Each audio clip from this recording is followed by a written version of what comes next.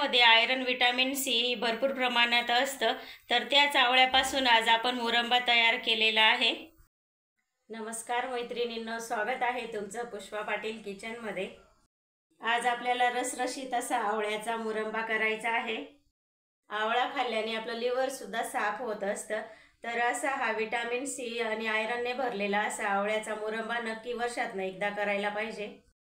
आवळा खाण्याचे फायदे तुम्हाला तर माहीतच आहेत। केसांसाठी, ब्लड शुगर नियंत्रणात ठेवण्यासाठी खूप फायदेशीर असा असतो आणि एकदा केला ना तर वर्षभर छान टिकतो। तर लगेच रेसिपीला सुरुवात करू। मुरंबा करण्यासाठी इथे मी अर्धा किलो आवळे घेतलेले आहेत आणि आवळे बघा किती छान असे फ्रेश आहेत, अजिबात असे डाग नाहीये जास्तीचे। आवळे मी 1 तासभर मिठाच्या पाण्यामध्ये भिजवून ठेवले होते आणि काढून घेतले आणि एकदम कोरडे असे पुसून घेतले। तर हे आता आवळे आपल्याला वाफवायला ठेवायचे आहेत। त्याच्या आधी ना आपण असे त्यांना टोचे मारून घेऊ, म्हणजे छान आतपर्यंत असे वाफले जातील। मी इथे टोचे मारण्यासाठी हे बटाट्याची छिलायचंच घेतलेला आहे, तुम्ही काटेरी चम्मच घेऊ शकता। सर्व आवळ्यांना बघा टोचे मारून घेतले। टोचे मारलेले आवळे वाफवून घेण्यासाठी इथे मी कढईमध्ये पाणी ठेवलेलं आहे आणि वरती गाळणी ठेवली। आता या गाळणीवरती आपल्याला हे आवळे ठेवून घ्यायचे आहेत। 10 मिनिट आपण आता हे आवळे वाफवून घेऊ। आवळा वाफवायला ठेवून 10 मिनिट झालेली आहे। आता आपण हे झाकण काढून घेऊ।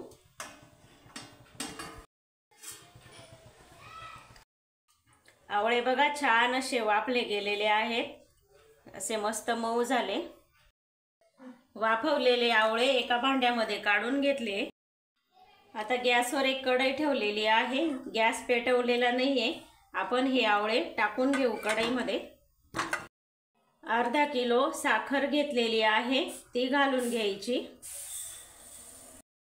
आवळे सुद्धा अर्धाच किलो होते। तुम्हाला साखरेऐवजी गूळ घालायचा असेल तरी चालेल, एवढ्याच प्रमाणात घ्यायचा। 2-3 दालचिनीचे तुकडे घालू। 5-6 लवंगा आहेत, त्या टाकून घेऊ। थोडं मिक्स करून घेऊ। अजून मी गॅस चालू केलेला नाहीये। साखर आवळे मिक्स करून घेतले ना तर म्हणजे आवळ्यांमध्ये ती साखर लागते आणि साखरेचं लवकर पाणी होतं। आपल्याला इथे एकही थेंब पाणी नाही घालायचं आहे। आता मी गॅस चालू करून दिला। गॅस आपल्याला मीडियम ठेवायचा आहे।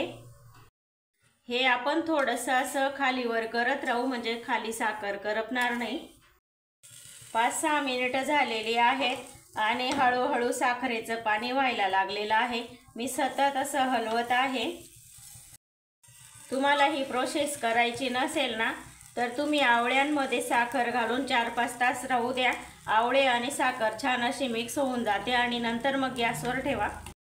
गॅस पेटवला तेव्हापासून तर आतापर्यंत 20 ते 22 मिनिटं झालेली आहेत आणि बघा एकदम छान आता साखर विरघळायला लागलेली आहे।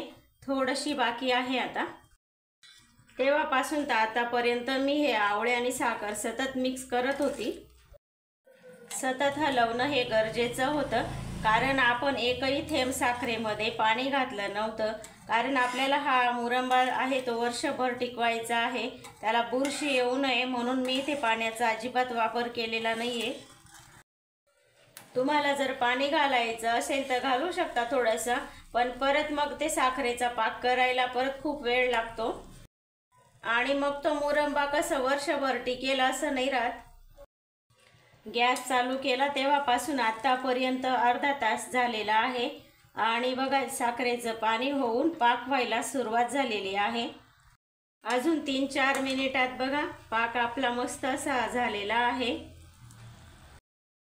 हलकासा बघा पाकाचा रंग सुद्धा बदललेला आहे आणि पाक एकदम असा हळू पडत आहे बघा। गॅस आता बंद करून द्यायचा आहे। याच्या पुढे जास्त शिजवायचा नाही, नाहीतर मग तो पाक जास्त कडक होतो आणि आवळ्यामध्ये व्यवस्थित असा घुसत नाही। हे बघा परफेक्ट असा आपला मुरंबा झालेला आहे आवळ्याचा आणि बघा असा रंग बदलेपर्यंत आपल्याला हा पाक करायचा आहे। तुम्हाला जर असं समजत नसेल तर 2 बोटांच्या चिमटीमध्ये पाक धरून बघायचा आणि एक तार येते का ते बघून घ्यायचं।